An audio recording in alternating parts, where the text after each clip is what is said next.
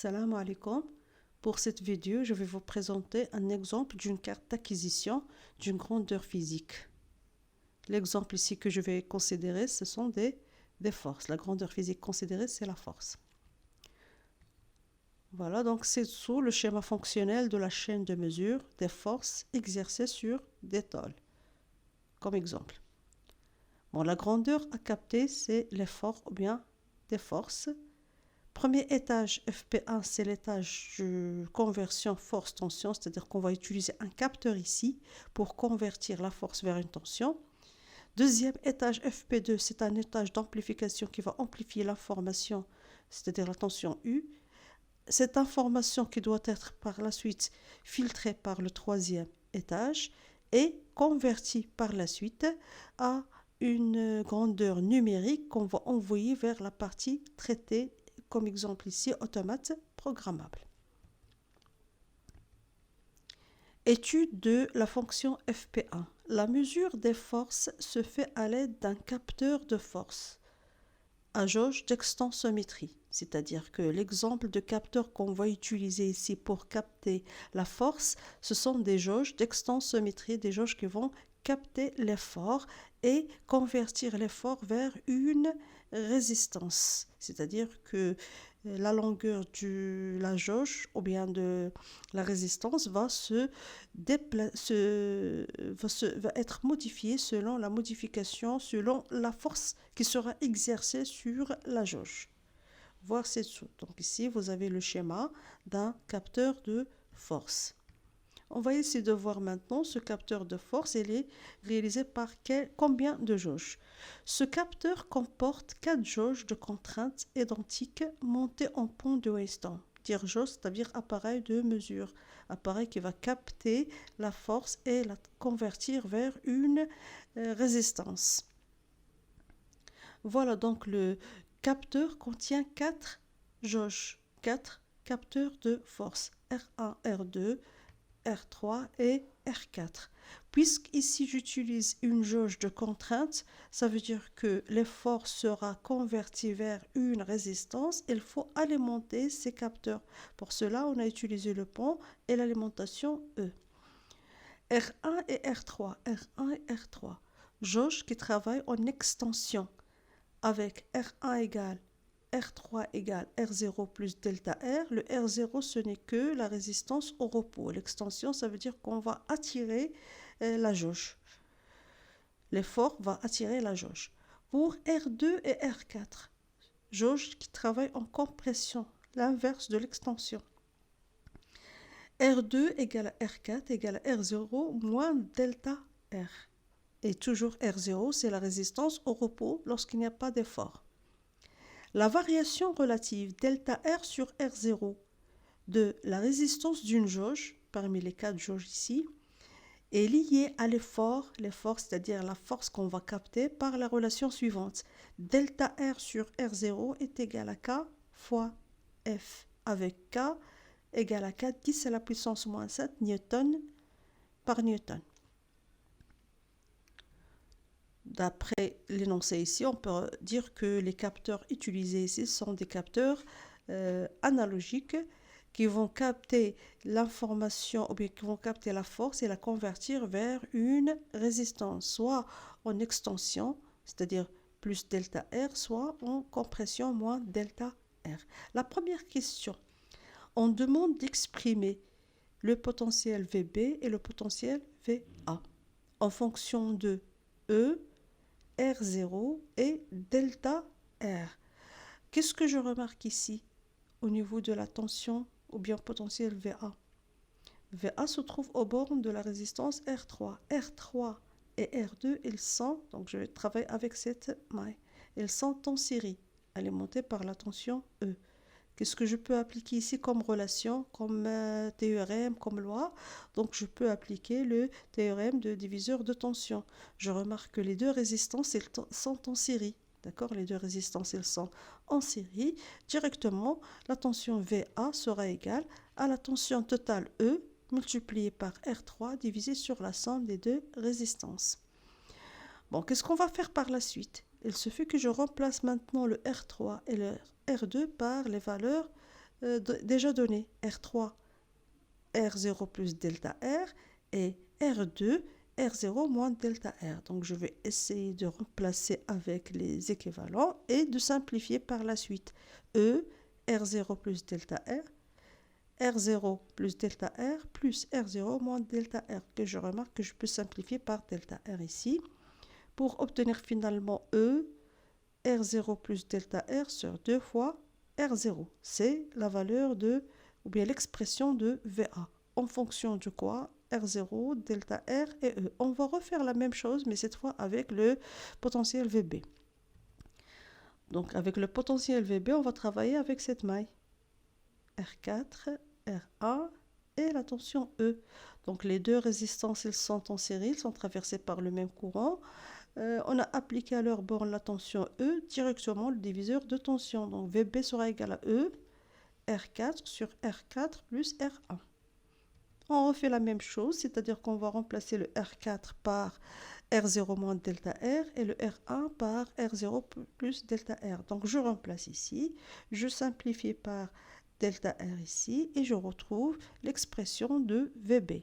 E, R0 moins delta R sur 2 R0. Deuxième question maintenant. Qu'est-ce qu'on cherche? On cherche la tension U, la sortie du capteur. C'est-à-dire ici, le résultat qu'on va envoyer vers le deuxième étage. La tension U. La tension U, je peux remarquer, ce n'est que le potentiel du point A moins le potentiel du point B. Donc, je travaille avec cette maille ici. Montrez alors que le U sera égal à E delta R sur R0. Déjà, U, on a dit que c'était le potentiel du point A moins le potentiel du point B. On remplace avec les expressions déjà trouvées ici et on simplifie les équations. Donc VA moins VB, je remarque qu'on a le même dénominateur ici, d'accord? Et on a le E en commun, donc je peux dire que U sera égal à E sur 2R0, facteur de R0 plus delta R moins, je fais attention au signe moins ici, donc le signe moins avec le R0, ça va donner moins R0, avec le signe moins qui se trouve ici, ça va devenir plus delta R. Donc je peux remarquer que le R0 avec le moins R0 sera simplifié, et on retrouve E 2 fois delta R plus delta R sur 2R0, je peux simplifier par 2 et on retrouve E delta R sur R0. C'est ce qu'on a demandé. On a demandé de montrer que la relation de U est égale à E delta R sur R0. Question suivante. On déduire maintenant l'expression de U en fonction de F. On va prendre le E égale à 10 volts. Qu'est-ce qu'on cherche? On cherche la relation maintenant qui va lier la tension de sortie du premier étage en fonction de la force, l'effort exercé, c'est-à-dire la grandeur physique d'entrée. Déjà, on a l'information ici, delta R sur R0 est égal à K fois F. On a déjà la valeur de K, on a la valeur de E, donc on réalise l'application numérique ici. Donc ici, le U, ça va être égal à E fois K fois F, c'est-à-dire delta R sur R0, je remplace avec K fois F. Application numérique maintenant. E égale à 10, K égale à 4 10 à la puissance moins 7, ça va donner 4 10 à la puissance moins 6 F. C'est-à-dire pour chaque effort, pour chaque force, on va multiplier par 4 10 à la puissance moins 6 pour obtenir la tension MH, la tension de la sortie du premier étage. C'est la conversion, si on veut dire, de la force vers une tension. Quelle est alors la valeur de la sensibilité S de ce capteur? Bon, d'après l'équation qu'on a trouvée ici, U égale 4 10 à la puissance moins 6 fois F, c'est l'équation d'une droite qui passe par l'origine. Donc la pente, ça va être la sensibilité. La sensibilité, c'est 4 10 à la puissance moins 6. Ou bien, je peux dire que delta U, ça va être égal à 4 10 à la puissance moins 6, c'est une constante multipliée par delta F, variation. Et puisque le S égale à delta U sur delta F, d'après cette équation, on va retrouver que c'est 4 10 à la puissance moins 6. L'unité, bien sûr, c'est le volt par newton. Volt par U en volt, F en newton. 10 à la puissance moins 6, c'est le 4 microvolts par Newton. La dernière question concernant le premier étage de la conversion force-tension. Calculer la valeur maximale Umax de U qui correspond à l'effort maximal Fmax est égal à 2500 newtons. Application numérique maintenant. On a déjà la forme U est égal à 4 10 à la puissance moins 6 F, ou bien on a la sensibilité, il suffit de multiplier par la sensibilité pour retrouver la valeur de Umax. Umax égale à 4 10 à la puissance moins 6 Fmax égale à 4 10 à la puissance moins 6 multiplié par l'effort maximal. Application numérique, on trouve 10 millivolts. Donc, qu'est-ce que je remarque ici? La tension maximale qu'on va récupérer du premier étage égale à 10 millivolts. C'est une tension très faible. Il faut procéder, bien sûr, à l'amplification et c'est le rôle du deuxième étage. Tâche numéro 2.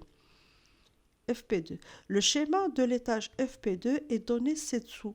Les amplificateurs opérationnels A1, A2, A3 sont supposés parfaits. Lorsque je dis ils sont parfaits, ça veut dire qu'ils présentent une grande impédance d'entrée pour avoir des courants à l'entrée à peu près négligeables, c'est-à-dire que les courants d'entrée E- et E+ à peu près égal à 0, et une très faible impédance de sortie pour ne pas avoir des chutes de tension à la sortie.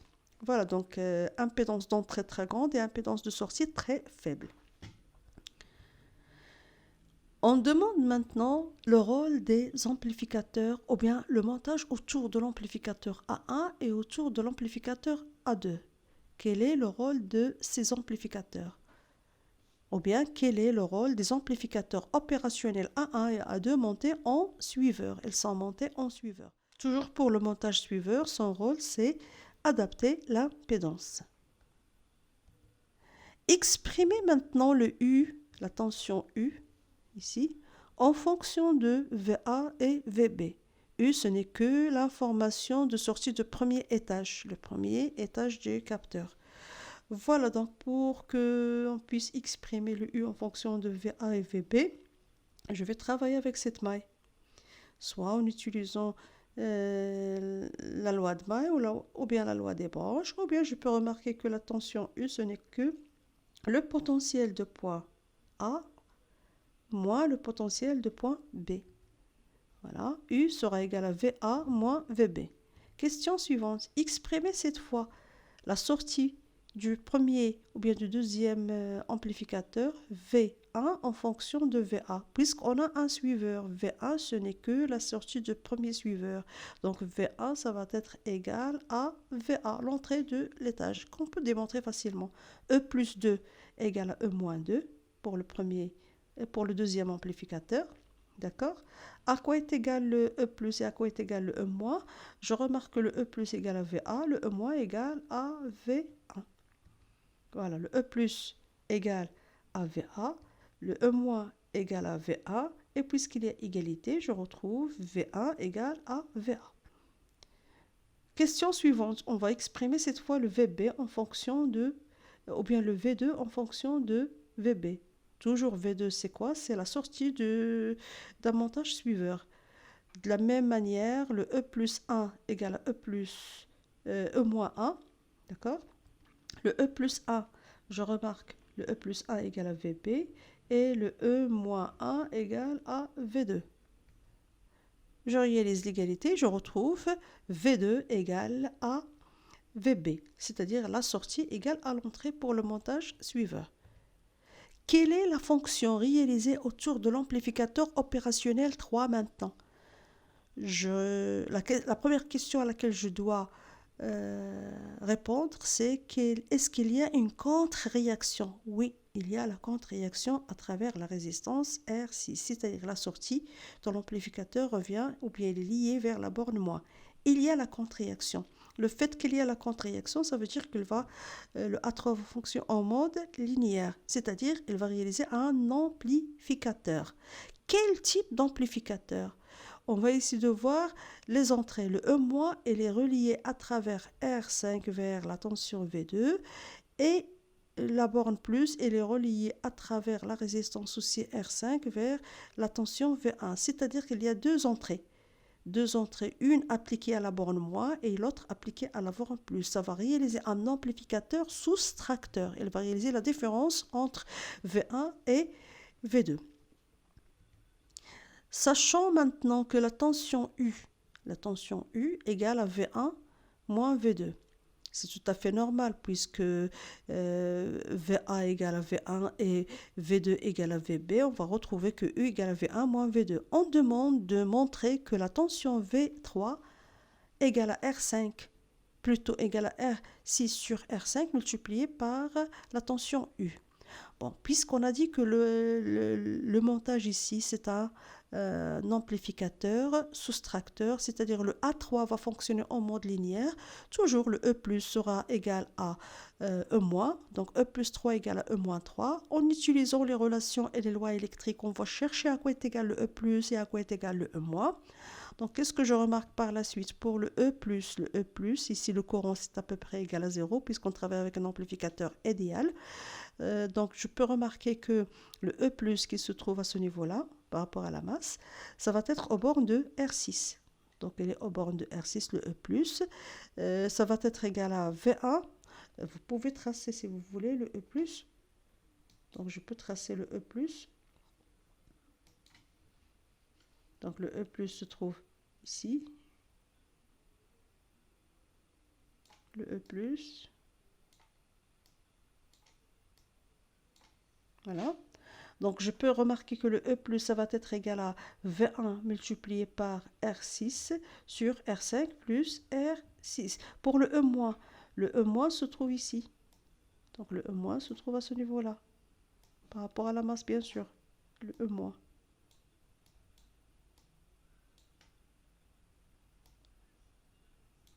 C'est le E- par rapport à la masse. Donc, qu'est-ce que je remarque? Pour le E-, ça va être soit que je vais utiliser la superposition, puisqu'on est relié avec deux résistances et deux tensions, soit on va utiliser le théorème de Millman. Donc, si on utilise la superposition, ça va être V2 multiplié par R6 plus V3 multiplié par R5 divisé sur la somme des deux résistances R5 plus R6. Si on utilise le théorème de Millman, ça va être V2 sur R5 plus V3 sur R6 et le tout divisé par 1 sur R5 plus 1 sur R6. Je vous laisse le soin de choisir la relation qui vous convient. Voilà, donc j'ai pris ici la superposition V2 R6 plus V3 R5 sur la somme. Je réalise l'égalité entre les deux termes et je remarque qu'ici on a le même dénominateur, c'est-à-dire qu'on peut simplifier. Voilà, donc finalement je vais retrouver V1 R6 égale V2 R6 plus V3 R5, puisqu'on a égalité entre les deux termes. Je cherche à isoler le V3, donc on va isoler le terme V3 R5.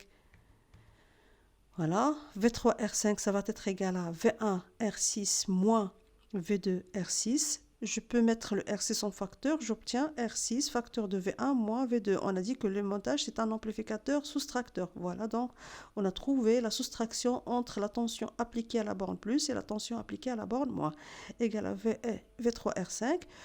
On va isoler maintenant le terme.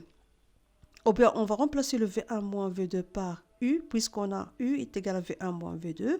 Et à la fin, le V3, ça va être égal à R6 sur R5 multiplié par U. C'est la relation qu'on demande, ou bien qu'on a cherché.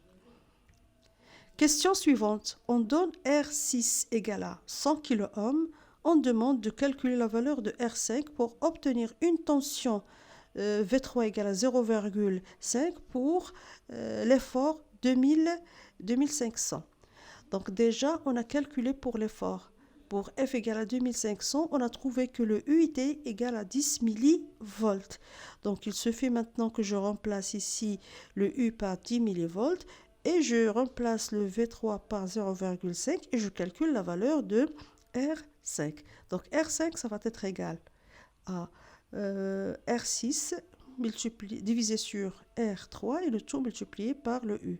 Je remplace avec les valeurs 100 kΩ multiplié par 10, c'est-à-dire la tension U, 10 millivolts, et divisé sur 0,5. Après simplification, après calcul, on trouve 2 10 à la puissance 3 ohms, c'est-à-dire 2 kΩ.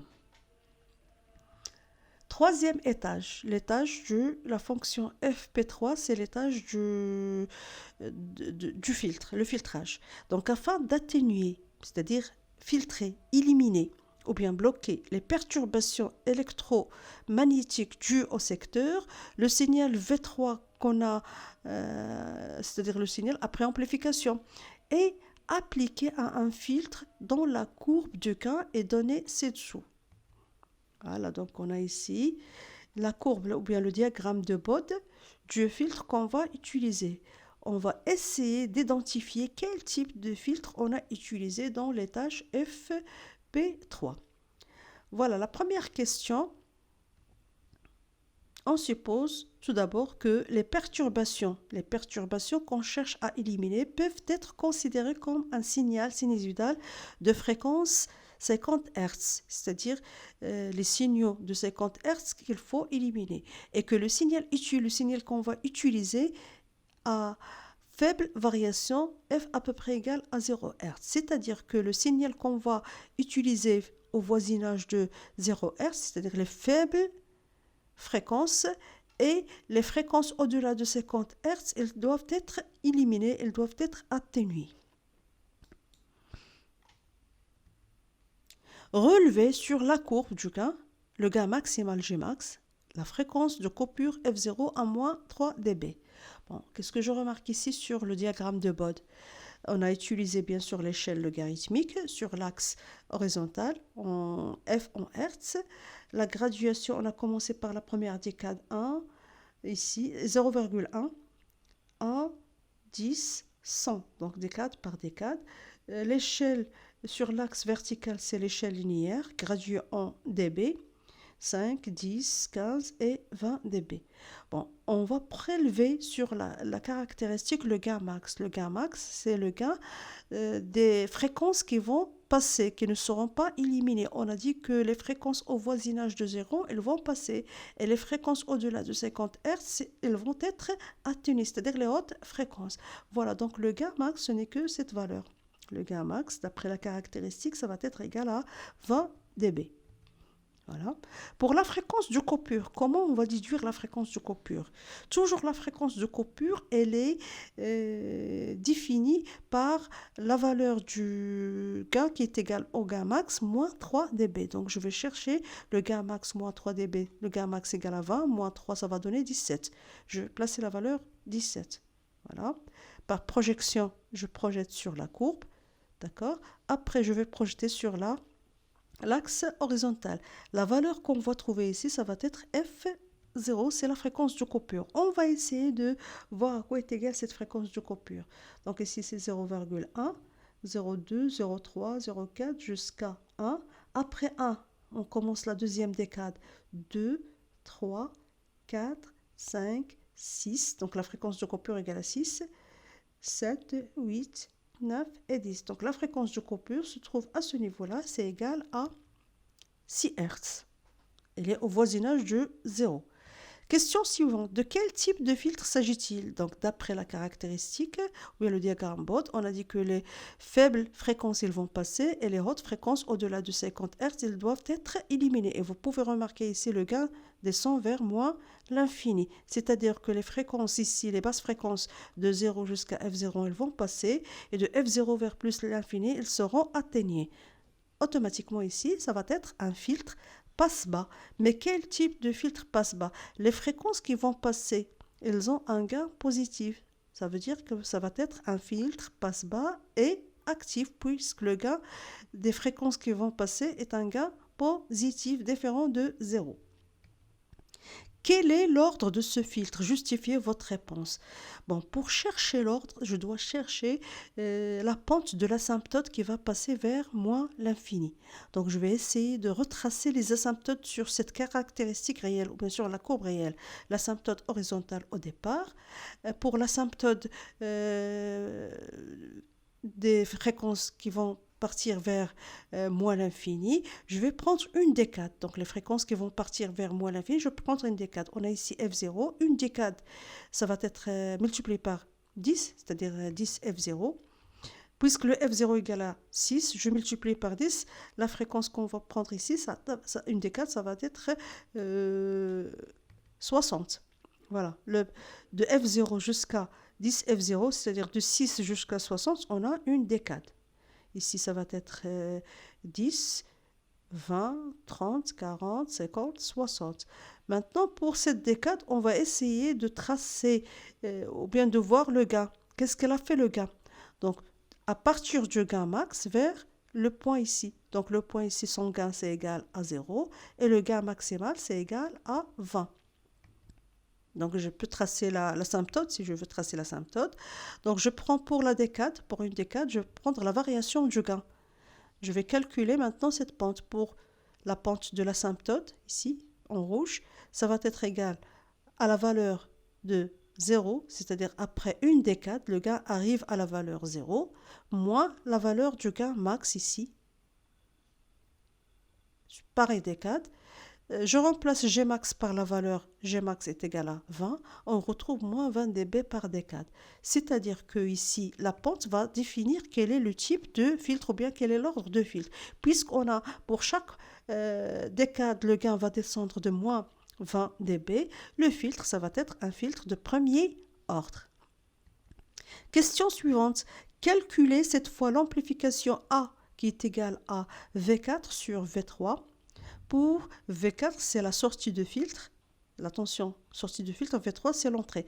Pour F égale à 0 Hz, sachant que le gain pour 0 Hz est égal à 20 dB. C'est cette valeur-là.